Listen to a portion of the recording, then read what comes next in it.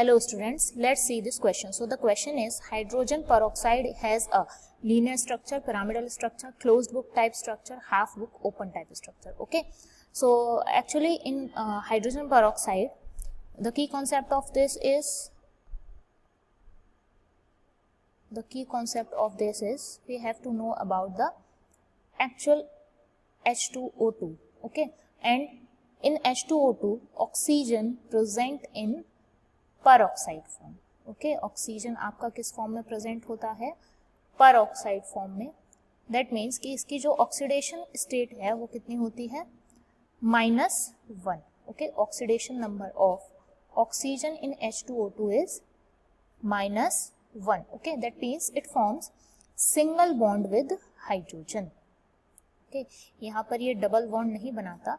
Oxygen क्या करता है? Oxygen form single bond with hydrogen. Okay, तो जो इसका स्ट्रक्चर है वो प्लेनर ना होकर लीनियर स्ट्रक्चर नहीं होता. पिरामिडल आप बोलते हो इस टाइप का स्ट्रक्चर है.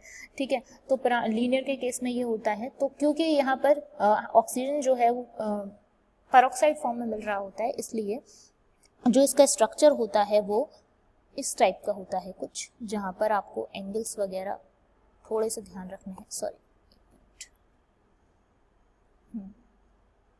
तो नॉन प्लेनर स्ट्रक्चर होता है जहां पर ये यहाँ पे आपके O प्रेजेंट होते हैं, यहाँ पर O प्रेजेंट होते हैं और यहाँ आपके प्रेजेंट होते हैं H. ओके, अगर हम इसके एंगल की बात करें तो ये जो एंगल होता है ये होता है 94.8 डिग्री. ओके, और ये वाला जो अगर हम इसको देखें दूसरे तरीके से तो ये कुछ इस तरीके का हमें नजर आता है,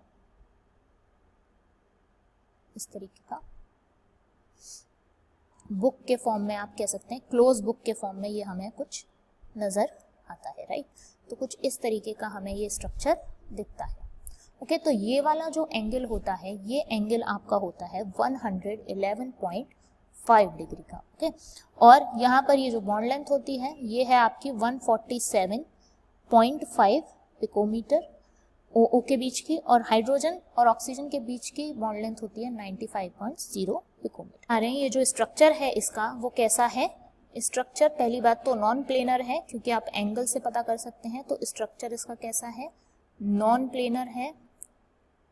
साथ ही आपको देखने में कैसा लग रहा है? बुक आधी खुली हुई है, that's why it is called as half open book type structure. Okay, तो ये जो स्ट्रक्चर है वो कैसा है इसका? Half open book type structure, right?